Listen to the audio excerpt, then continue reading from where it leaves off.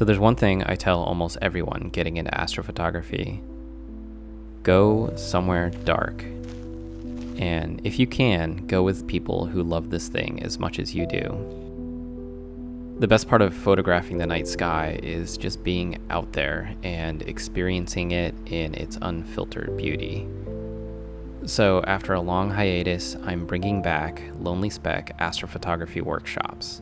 I'd love for you to join me for a few nights in some of the best places on Earth to photograph the night sky.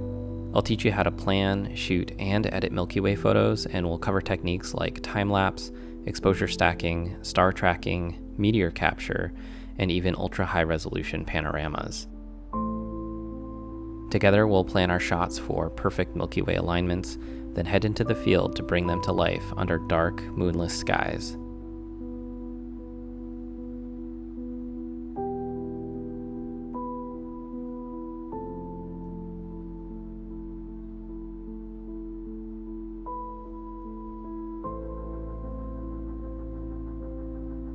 So come take a trip with me. Let's capture some nightscapes and jumpstart your journey into landscape astrophotography.